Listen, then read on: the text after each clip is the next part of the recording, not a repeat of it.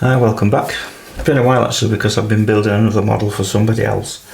It was a commission build and I can't post it anywhere else because it's exclusively for them, so I couldn't do that and do this at the same time. Anyway, so that's now done. So I'm back on to the YouTube channel itself, of my YouTube channel anyway. So yeah, I'm building this Zero. I picked it up a while ago and I really like Eduard kits, and I particularly like the profit packs because they come with everything you need. And I've been wanting to do a Zero for quite some time. And in the meantime, a friend of mine said, why don't you read this book?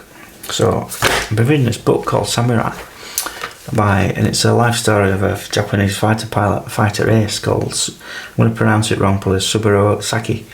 And it's fascinating, absolutely fascinating book about everything to do with the war the war with China to start with, and then obviously with the Americans and the Pacific and stuff. And the guy was an amazing people, and I didn't realise that most Japanese fighter pilots were actually descendants of samurai.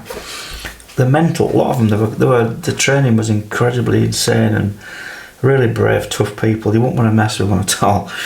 But yeah, really good book. I'm kind of part way through it at the moment. So I'm building this Zero. It's a lovely kit, absolutely stunning kit. I think all these Eduard kits are good. Anyway, so let's crack on with it. So on with the build. Right, I'm building the cockpit, and there's quite there's lots to this cockpit actually. It's lots of detail in it, considering it's only a small model. But the colours inside it vary depending on which model you build. Well, I've decided to build the green one, the darker green, which is a later version of the Zero. I'm doing that because it gives you more opportunity to weather it. The earlier versions, not so much weathering, I don't think. They were either shot down or they just didn't get weathered because of the circumstances they were in. But the green ones were painted in a much more rough way. They weren't undercoated necessarily. I'll throw a picture up of some of the earlier ones had a red primer undercoat, which you tend to see once it's been either damaged or scrapped or whatever, but you didn't really see it on the greener ones because the green ones just didn't bother priming them. They just painted them straight onto the metal, which subsequently wore off. This is information I'm gleaning from the internet. I'm not sure how accurate it is, but the cockpit interior does vary. It's either this colour for the earlier ones, which is Mr. Hobby's interior green. That's on the like a pale grey colour, which is the one I was going to do, but I've decided to do the green one for the weathering, or this colour for the interior green, which tends to match the PE. If you look at the PE, I'm not using all of the PE. Some of it's so tiny, and it's just I find it very tedious when it's so small, and I think some of it looks a bit, the way it's printed as well, it looks a bit fake as well. So lots of it I'm going to just going to paint it with a brush. Anyway, we'll see there. So the first job is to build up all the parts on the sides of the fuselages. I don't like painting bits and then sticking them on because it never goes well. They always just end up getting messed up with glue and stuff. So I've started going down the road of adding all the bits on and then picking them out later on. So that's what I'm doing at the moment. So I'm just working on the fuselage sides, and everything that needs to go on there is on there now, so I can just spray this colour initially. I just want to get a feel for it. It shows for the like beautiful metallic blue colour at the back of here, but I don't see any point because you can't see it at all once the fuselage sides are joined together. So I'm going to get those painted up and then we'll be back. Okay, I've added the details to that fuselage side. Obviously painted the undercoat. Beautiful, beautiful colour. I love that colour. Yeah, and it's cockpit green, appropriate to the Japanese ones, of course. So that's that side done. That's that side done as well. I've added little bits of PE. There's a bit there, and there's a little bit on top of that panel there. You can hardly see it. You can hardly see any of this stuff. Well, you can, but it's very, very subtle. And I've painted that bulkhead, and the bulkhead fits in there like so, which is slotted from below when the fuselage sides are joined together. And the seat mounts to this. This is the cockpit floor. So we're moving on next to the seat and the foot pedals. Again, there's some PE for the foot pedals. I mean, the PE is very extensive on this kit. There's lots of it, but I'm not using all of it because it's just too much, and I don't think it's necessary because you can't see it. I think these bits might show. Certainly the control column or instrumentation bit, I'll probably use those. But some of it I'm just not going to bother because I can't. That'll definitely be used. Yeah, some of it, and certainly the seat belts, but some of it's so tiny it's just like nonsense, you couldn't see it anywhere. At least I can't. Okay, progress update. Started going through the PE now. I've got to say, it does look very impressive once you get it in place. But boy is it delicate stuff. I mean, this is the cockpit floor with the side wall on it. What I'm choosing to do is paint it anyway. So some of it's pre-coloured, but there's no point, you might as well just do it again. So there's a little piece there, there's a piece there. There's two more pieces to go on the side of those boxes when I've painted it. Yeah, and I've got to say with these Eduard kits, as much as they're very, very detailed, they're very delicate. So when you're building them, or even when you're taking parts off the spruce, sometimes you'll find that they crack or break. So you have to be very careful when you're building it, because as I say, they're fragile. But well worth it. That's not supposed to be green. I've just repainted this area while I glued it back in. That needs repainting, cockpit green.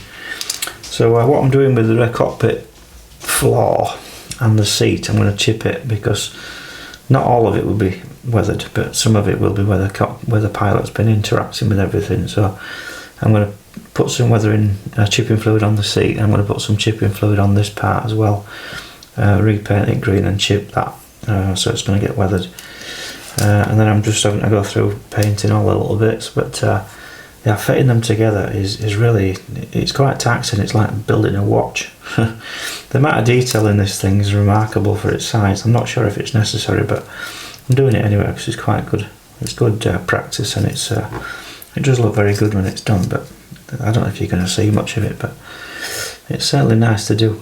So I'll be back when I'll paint that green. I'm going to chip it, then we'll get a bit more progress going.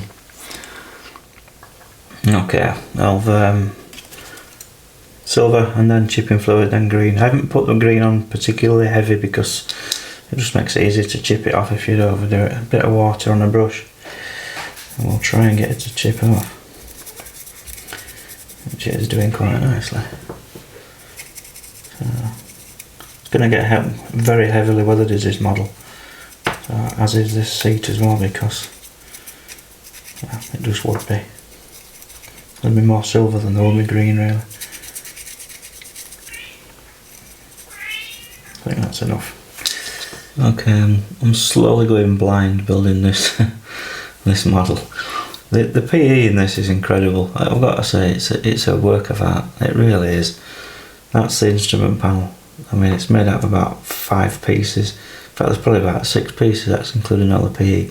It's remarkable. I mean, it doesn't show the scale of it. I'm trying to find something that, a toothpick, you know, it's tiny, it really is. And I've built the rest of the cockpit. I've put all the PE in as much as I can see. I mean, there's not much missing actually, most of it's in there. It's incredible, I'm really impressed with it. So I'm just finishing it off now. The last bit, well, there's 2 pieces. This has to go in there, and it's such a delicate thing. It has to fit in between those 2 points there, which I'm going to have to make fit, because I need to cut those little tabs off of there, I think. And then that fits in there like so. Like that. It's an incredible thing. Look at it. And then we've got the guns on this aircraft. The guns, the 2 machine guns on the top are actually armed from the inside, I think. Quite remarkable. Must have been quite loud. So they just sit there like that. So then that all needs to be painted up. And once that arrangement's all finished, I can then put it in the model finally. It's like building it's complex. It's really complex. I built a Corsair, and that was 32nd scale Corsair Tamiya. This is just as complicated. It really is, but it's much smaller. It's like being a watchmaker. It's incredible. Okay, there we have the completed cockpit. Mega impressed with that. Eduards are remarkable at this game. They really are. It doesn't look much when you see it in its component parts, but when you get it all built up and sorted, it's just incredible. yeah, I'll put some stills up of it. I've taken with my phone to see if you can show it a bit better, but it looks like a bigger scale than it should, if you know what I mean. It looks like a 32nd scale model instead of a 48th, or even a 24th. Some 24th scale kits are nowhere near as good as this. But yeah, there we go. So the next job now is, it shows on the instructions to join the fuselage. There's a little bit to go in the tail for the undercarriage, but basically you join the fuselage halves like this, and then you just slot this piece in from the bottom. It just goes in there. Right, I'm not going to force it because it's so fragile. Let's see if it just clicks in. There you go. And then there you go. This incredibly beautiful cockpit arrangement. I'm just absolutely amazed with it. It's so good. And this kit only costs like, I don't know, it's so cheap. I'm just gonna £28.99. Don't know what that is in dollars, but you know, some kits they're a joke at that price. But this is like, I'd pay double just for this cockpit. It's amazing. Anyway, I'll stop banging on about it and I'll crack on. So yeah, next job, get the fuselage joined up. Right, okay, I've assembled the engine because it wasn't much point showing you gluing all the bits together. This front part here, this circle, which is where all the spark plugs come out of, spark plug leads, it's very delicate, and you've got to glue it onto this part here. So painting that separate to this part, forget it, you're just not going to be able to do it. It'll just be near impossible. So what I've done, I've just assembled the engine as a complete unit. It does show the engine as being black. Well, I'm not so sure that's true or not, but I'm going to throw a picture up of the engine now. As you can see, this particular example is kind of silvery, really. I know it's a museum aircraft, but there aren't many examples of this thing around anyway. So I'm going to do it silver, but I'll panel line it to death so it'll look quite dark when it's finished. It doesn't come with any spark plugs on it, and if you look, I'll try and show it on camera. If you look, there are some tiny, I'll show you where the drill bit is. These are the spark plug outlets, the little pins here. You can't glue anything to those because they're so tiny you'd never get anything to bond. But at the back there are some little indentation holes. So you can only see part of this thing from the front anyway. When you see that's it protruding through the cowling. I'm not going to have the cowlings off. So you just need to see a few wires. Or I want to see a few wires sticking at the front. So what I'm doing at the moment, I'm drilling out the little markers where the spark plugs go. So just a nice little squeaky drill there. I'm just drilling these holes out so I can put a wire in there. And they're hollow at the back, there's nothing in them. So, and what I can do then, hopefully, I haven't tried it yet, is get a piece of wire in there in each one. You get a spark plug per cylinder, as you do with all multi-cylinder engines like this. So that can go there. There'll be one that goes over the back to the back, which you won't glue in anywhere. And there's two little holes just, I don't know if you can see those. There's two little dints there. I'm going to glue the spark plugs in, black plug leads into there, which I think will give enough, you know, an impression of a spark plug lead. So I'm going to do all that now. I'll do it on camera, be nightmare. And once they're in place, I'm going to spray the whole thing silver, and then I'm going to pick out the various colours it needs to be with a brush, including this front part, which is supposed to be like a light grey, pale blue colour. And this silver, this ring here at the front is silver. Everything else apparently is black, but I don't think it is. I will paint these push rods black, I think. So it's going to be a bit of an exercise in careful brushwork as this engine. Okay. I'm starting to glue the spark plug wires in. Very tiny on this model. The engine's not very big at all, is it really?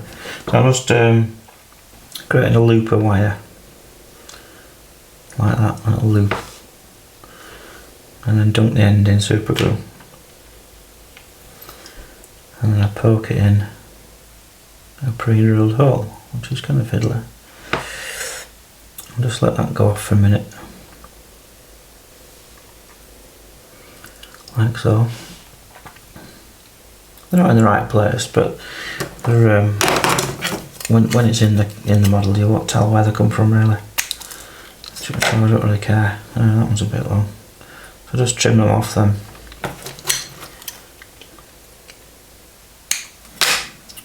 So that one, it's 2 spark plugs per cylinder, remember? That one just tucks at the back of there. This one, a bit long again.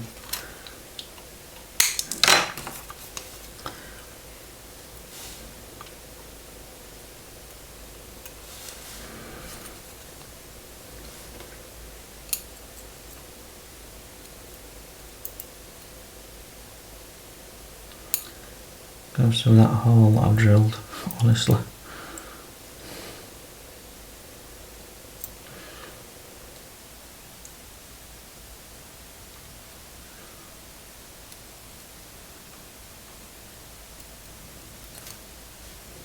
There we go.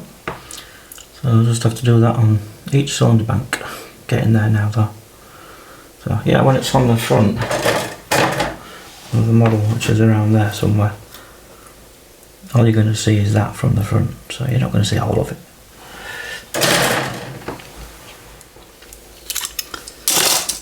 Okay, there we are, all wires up. It's all wired up and done. Just needs painting now basically, so I'm going to give it a coat of silver first, and then I'll pick out the individual colours and then see how it looks. Okay, that's the engine done. Unusual colour, this gearbox affair at the front. Calls for light blue, so that's basically what I've done.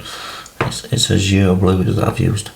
The rest of it's just silver with a few black accents on the top, and I painted the push rods black as well. Everything else is just silver paint and then lots and lots of panel liner, just to give it some detail. Tiny little engine though, it's really small. But, you hardly see any of it when it's in the model, but how's that old chestnut go? I know it's there. Okay, a bit of progress. Stuck the canopy on. Used usual products that I like to use, glue and glaze. No fear of any fogging on that with that product. I had to paint underneath the canopy and fit in a little aerial that's just in there. Put the gun sight in, so I could then facilitates putting the front cowling on as well. So that needs masking off now. Mask that off, then I'll paint this. I'm going to paint it this colour. I'm not sure if it's green inside there or if it's going to be black. I'll decide anyway, I can't remember. And then I can spray the whole thing silver for chipping. Now I've already done the cowling. And what I did with the cowling, I mixed the colour. I might have mentioned it earlier in the video, I can't remember. This is getting made over quite a long time, is this video. It's not black, as I've stated. It's very, very dark blue. Apparently the real ones were done originally in like a very, very dark gloss blue. And it looks kind of black now, but it's not. It's basically done with a tamir acrylic black with a bit of blue, or the other way around. It's black with a bit of blue. Can't remember now. It's black with some blue in it, or one way around. It looks almost black, but trust me, that's got a blue tinge to it, and it's the same under here as well. And I've put chipping fluid and then chipped it off again. I'm quite happy with that result. I think it looks pretty good. It does need lacquering though, because as I say, they were supposed to be shining, then it's just worn off. So I might give it a satin coat, that bit. So that's only temporary, Paul. That's not permanent. And then we've obviously got the engine to go on when it's finished, but not yet. So that fits on there like that. The engine looks quite small compared to the rest of the airplane, I think. So that goes there.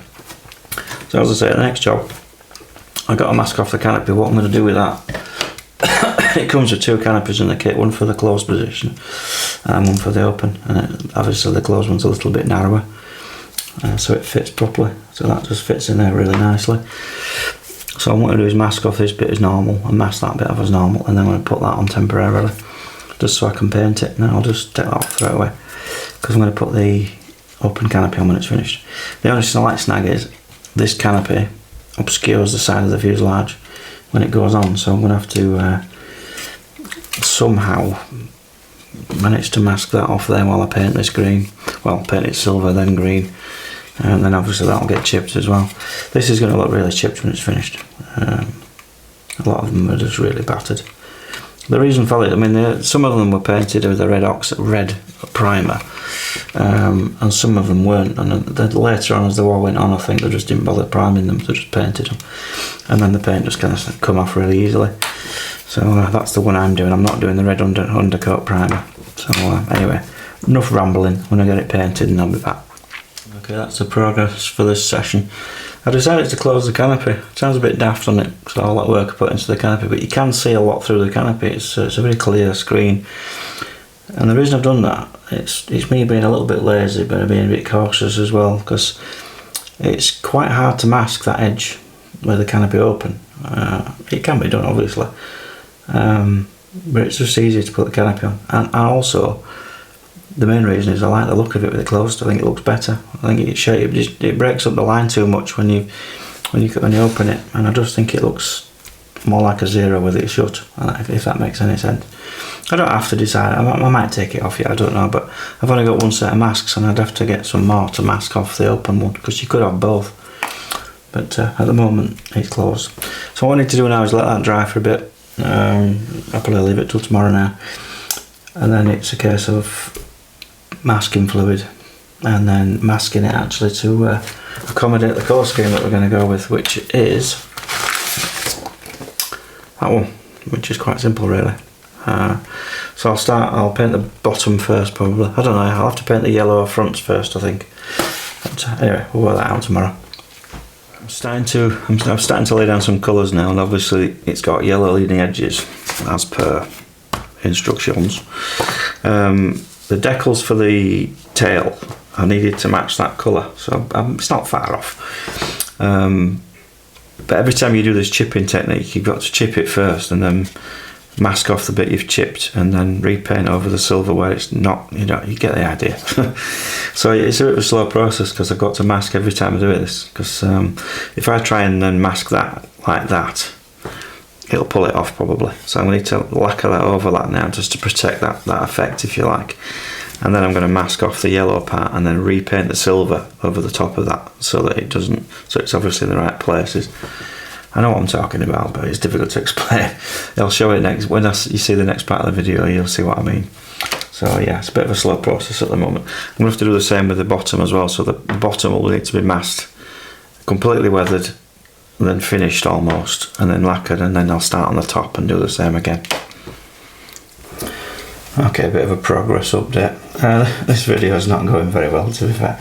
The build of the kit is, but I've lost some of the footage because I'm in the middle of the camera I'm using, which is a Sony camera. I'm using it for other things as well. I'm using it for doing normal photography, and I managed to format the card while I was taking some still pictures of something. So I've lost a little bit of the footage when I built the fuselage and put the wings on and everything. It's not a great disaster because you haven't missed a right lot, to be fair. Most of this this build was actually the cockpit area and the weathering of this fuselage really, which is what I'm doing now really. So aside from all that, I'm sorry about missing a bit of footage, but we need to move on. So what I've done, I've masked off those leading edges that I painted yellow. You can't see them because the paints, I've spread to do that I had to mask that off and then repaint the silver again. And every time I put a colour down, I'm going to have to do just that because so I can keep chipping it. So what I need to do now is put some chipping fluid on the bottom of the aeroplane. There's no point doing top because it's going to get done again. So I'm going to chipping fluid on the bottom of it. I don't want to weather it. Well, it will get weathered a lot on the bottom, but I can't find any pictures at all of a real one that's been weathered at all. It's always the top of the airplane that you see, and even then the pictures of those are a bit sketchy, but I can't find the bottom, so I don't know if how the paint came off on the bottom, because the Japanese grey colour that you do the bottom in probably didn't weather the same. I don't know, so I think that was the colour they came out of the factory with, so it's basically a best guess really. So it will get chipped, but not as much, but it certainly will get a lot of oil staining and stuff like that. So I'm going to chip it and weather it anyway, and then we'll when I've done that, I'll have to lacquer over that and then mask off the edge where it goes, and then spray silver on top of the bit that's oversprayed onto it, then mask the bottom off, and then masking fluid on the top, or chipping fluid on the top, and then spread the green. So it's quite a big process really doing this. I don't know if it's worth it or not, but let's hope the finished result is worth it. And welcome back to another day. Things have progressed quite quickly with this one. I've done the top coat, and ta-da! It happened quite quickly, did that. It was quite easy to do as well. I'm not convinced that the weather is accurate. I mean, I don't know. How do you prove it? Finding an accurately weathered existing picture of a Zero that was in battle is very difficult. I mean, there's lots of people that build these things and weather them in various ways. This is just chipping fluid, and then with Tamiya, I ended up using Tamiya Japanese green on top of it. And the dappled effect comes from where the chipping fluid beads up and then it dries. You can't see it particularly, but it beads up on it, and then when you just rub away at it, it starts to come off in like a beaded effect. Quite like it really. I don't know if it's accurate. I don't care. I quite like the look of it. I put the decals on. Eduard decals are beautiful. They're so easy to put on. You put them in the carrier in the water, and they move within about 20 seconds. They're too clean yet. They've only put them on recently, so they need to dry. And I'm gonna then try and make them look appropriate to the aircraft. Now I don't know if this is true, and please put comments in if you can confirm this is true or not. But I understand the aircraft could be quite weathered, but in honour of the Emperor, the actual rising sun decals were always kept quite clean and tidy, and I don't know if that's true. If that is true, it's really good for model making, because you don't have to weather the decals particularly, because they would have been kept quite clean. I don't know if it's true or not, but I will have to dull them down quite a bit and then do something with them to make them look a bit more in keeping with the rest of the aeroplane. But yeah, I'm quite pleased with how it's gone. As I say, I don't know how accurate it is, but I don't care. I quite like it, as I said. That's the cowling. So yeah, it's coming on quite nicely now. It's gone a lot nicer than I expected actually. Now what I did to finish off, to seal all the, I give it a coat of lacquer, Tamiya lacquer semi-gloss, and it does kind of protect it and then seal it all in. Then you can start adding more effects to it and things like that. I'm not quite convinced you could add a lot more to this really. Putting panel liner on it won't do a right lot. It'll just make it look darker. It's got panel liner on there. What I've done for the oil streaking, I've started using these Tamiya Weathermasters. You know, it's only a dry powder, probably just pigment like you see in oil paints or anything else. But if you mix it with a bit of water, it does well for just causing streaks and stuff, and it dries pretty quick. Then you can just move it or take it away with a moistened bit of tapes on a cotton bud, and you can then streak it about and stuff like that. So I quite like that. So I've done all dirty marks down the side of the fuselage as well. I mean, this thing doesn't exist. I mean, this is at the bottom of the Pacific Ocean, having crashed into a ship because it was a kamikaze aircraft. So nobody knows what the thing looks like.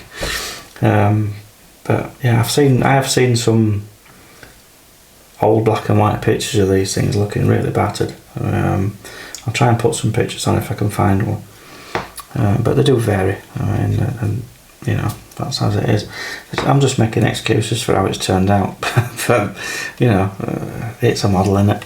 But I think it's gone quite well, and it's a nice way of chipping. Is this? So anyway, I can get the engine in now, which is good fun. So I can. I just need to finish off the decals, but I can put the engine in at this point. Really, I'll just add some foam in the front of there just to stop overspray getting inside the canopy. I know putting the canopy on's a bit of a shame really, but you can see a lot in there. I don't know if I can show it on camera, but you can see through the canopy everything that I've done. So I'm quite happy with it, and as I say, I prefer the look of it with it closed. But yeah, we'll get the engine on. I'm not going to glue it on camera because it's a bit, it fits, but it's not like it doesn't snap into place as such. It kind of, it locates on a very subtle register just there, but it doesn't sit flush. So I'm going to have to glue that on quite accurately. I'm not convinced that colour's right either. It says light blue on the thing, so that's what I did, but I think it's probably grey. But there's so little of it showing when it's finished, I'm not bothered. So yeah, we'll get the engine on, get the cowling on. As I say, I need to do something with these decals, get them calmed down a bit. and then it's the undercarriage, and voila, the air antenna. From what I can gather, and this isn't his plane, is it though, but Subaru Saki didn't bother with the area. He took the radio out, threw it away, and then took all the mast off as well to save weight and stuff, because they didn't think radios were necessary. God knows why. But a bit like Russian tank commanders maybe. But yeah, I'm going to have to put it on this one though. But yeah, next job, get the engine in, get the cowling on, build a prop up, and get the undercarriage and stuff, and then we're looking at getting done now.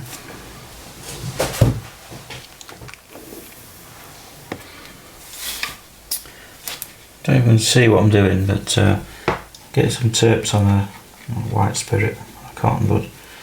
Just gently manipulate these things, and the carrier film comes off. So you got to be careful because it damages them, but I can pull lumps of it with it. But I'm not that bothered if it did it with this really. But yeah, I'm just going to pursue this and see if I can get this carrier film off completely, which will make it a lot easier to weather it. Just got to be just a little bit careful with it. I'll keep doing that. It's like pulling off sunburn. Okay, I think the bottom's just about done now. I'm quite pleased with how this is done. I wish I'd done the whole thing this colour scheme now, because I think it looks really nice. Use a lot more panel liner on it to get some more oil streaking on there. I think that's worked quite well. Started, as I said, I mentioned earlier in these, I really like these Weathermaster things. I'm not using them in a conventional manner at all, because you're supposed to use them dry, but if you, as I say, if you mix them with a bit of water, you can do all sorts of things with them. And you can use them to shade in panels and make them lighter and darker and what have you. It's really cool. I prefer to do this sort of work as a post shade as opposed to a pre-shade. I'm not into pre-shading at all. I don't like doing it. But I quite like this technique for doing this. The top, I've calmed it down a bit. What I've done, I've added some. I haven't lacquered it or anything. I've just painted over the top of some of the effect. It was too much. It was too dappley, and it was showing too much.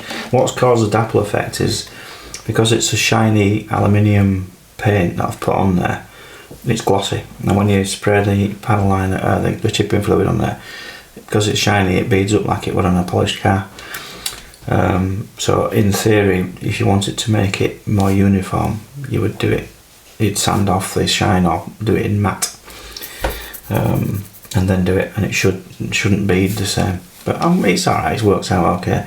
Now it shows like a faded effect of the paint, and some of it's matty and some of it's like shiny as well, or semi-gloss, so I quite like the dappled effect of both. I've added some bits of more of this stuff as well, so it's got all sorts on it as this one. It's covered in all sorts of things. I did damage one of the decals on this side. I managed to get all the carrier films off them, and I've weathered them up a bit. I've just taken some colour out of them and what have you. Certainly works really well on the bottom. You can't tell the decals at all now, they just look like paint. But this one, what I had to do, so I didn't have another decal. I had the decals that didn't have the white circles in them, but I had the alternative ones that don't have the white circles in. Slightly wrong shade of red, but I can get away with that. So what I did, I had to paint a circle of white and then put a decal on top of it. So I'm not taking that one off yet, because that's why it went wrong, is because I didn't let it dry long enough. If you let them dry 24 hours, then you can get the carriers off, no problem whatsoever. But if you try and do it too soon, it will pull them off. So don't try it. Just leave them for 24 hours and then do it. So I'll do that one when it's only been on for like a couple of hours as that one. So I'm going to leave it alone, and then I'll do it off and do the same to this side as I've done with this side. So and I've also dulled off the engine colour at the front, so it's not bright blue anymore. So the next, what I need to do now is this. It's just undercarriage propeller. That's it really. Little furniture bits of control horns and stuff. And then we're getting there. So I think the next job is to get the prop and the undercarriage sorted out. I still can't decide what to do about the canopy. I mean, I would like to open it up, but I'm a bit loath to disturb all that now, because it's looking quite good. So I'll probably leave it, but because I don't have any more masks for the open one, so I can't really I'd have to manually mask it, which would be a pain. I don't want to buy another mask set just for that, it seems a bit over the top. But the opportunity is there if I ever decide to open it up. I could do. I won't, but I could. But yeah, so it's quite, I like weathering these because they're so battered anyway. You can do what you like with them really. Just keep tickling them up. And I've added a few little manually painted brush lines in there with silver paint on. I might do a bit more of that yet, we'll see. You can get carried away with it though, so it's a bit like anybody that's done painting, you've got to decide when to stop. Because you could go on for ages doing that. And so, anyway, on to the next stage. Right, we're at that stage where all the twiddly bits need to go on. When I say twiddly bits, this is the undercarriage, and that's a bomb. The bomb's supposed to have green bits on the front of it, but I'm not convinced I can paint those very well. We'll see. Undercarriage legs are black with some silver bits on that I need to paint yet. We've got the undercarriage doors with the appropriate pretty blue inside, that bluey green colour.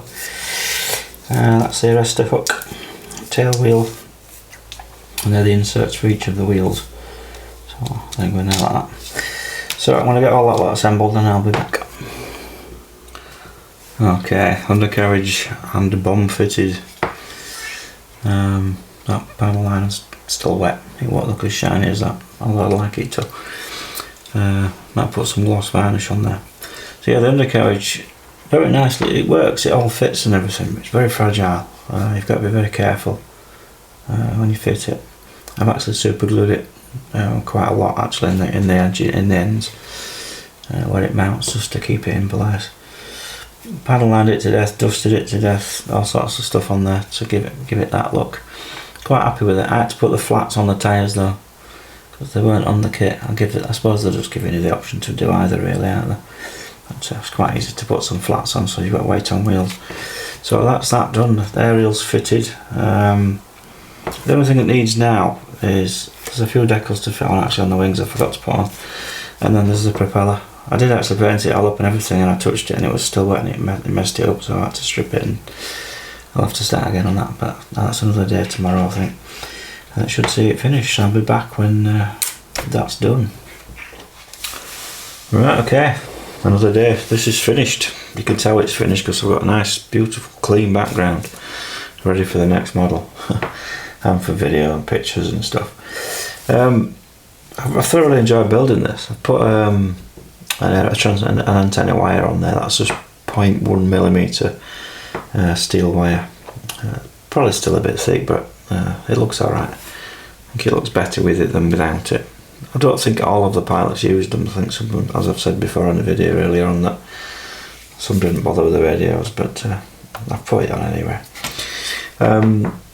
As regards the kit itself, I can't say anything bad about it at all. It's a beautiful kit. It really is a nice thing. Everything fits perfectly well. There's ample detail. In fact, there's too much detail actually. A lot of the PE parts are so tiny you can't even pick them up. There was some there's some little lights just here, navigation lights. There's a red one there, a blue one there and a blue one there. It comes as a clear part. I couldn't physically pick them up. You cut them off the sprue and you couldn't touch them anymore. They were that tiny you couldn't do anything with them. So I just created them with blobs of UV resin and just painted them afterwards. Other than that, they were okay to do. As regards the colour scheme, I really wish I'd have done that one now, the all over one like this, because I think this is weathered beautifully underneath and the lighter background has really kind of brought it out. But it's okay. The bomb went okay. I did end up painting the green bits on it. Not sure if it's the right colour of green, but it's fine. Undercarriage is very good, but it's very, very fragile. Takes a bit of gluing in there because there's not a lot of surface area for the glue to grab hold of. The propeller, I painted it 3 times. It was supposed to be orange as that for that spinner, but I just got sick of painting it, so I just did it all brown, because some of them were anyway. As regards the weathering and the chipping, I think it's worked out quite well. I quite like the look of it, but it hasn't gone the way I expected it to. As I said before in the video, the beading up of the chipping fluid has caused this mottled effect as opposed to a chip effect, if you like. And I know how to avoid that now. It's just, you need to put it on a matte surface. At least I think I do, because I did it on the, this is with acrylic paint, and I used on the bow fighter. If you watch my bow fighter video, I did the similar effect on that. but the Beaufighter was painted with a lacquer based paint, which does not want to come off when you try and chip it. It does come off, takes a lot more effort to get off. This stuff just falls off when you touch it. It comes off really, really easily, which I suppose in this case suited the model quite well. But it does need a bit of work to master the technique, and I'm still learning this process. It's still as an adventure. So I'm still learning weathering processes and how to do this sort of stuff, because it's not in my DNA to weather anything. But I do enjoy doing it now on certain models, not all of them. Not all aircraft suit it, but the Zero is just like a weathering dream in it, because none of them are very particularly, certainly this late in the war, these 1944 ones are all battered and as they are now. So there we go, that's the finished kit, and I really enjoyed it. It's really nice, that. So I'm not sure what I'm going to build next. Been a while building something. As I say, I've been building commission jobs for somebody, so I couldn't do anything for my own, so it's been a month since I've actually released anything, so I'm glad this one's done now. So hopefully we'll get another one out quite soon. So stills to follow, and thanks for watching. Oh, please like and subscribe. Lots of people watch videos, don't always subscribe, so if you could subscribe, it really helps me out. And put a like as well if you like it. Forgot to mention, as with all my models now, they're all for sale. I'll put contact details in the description as well.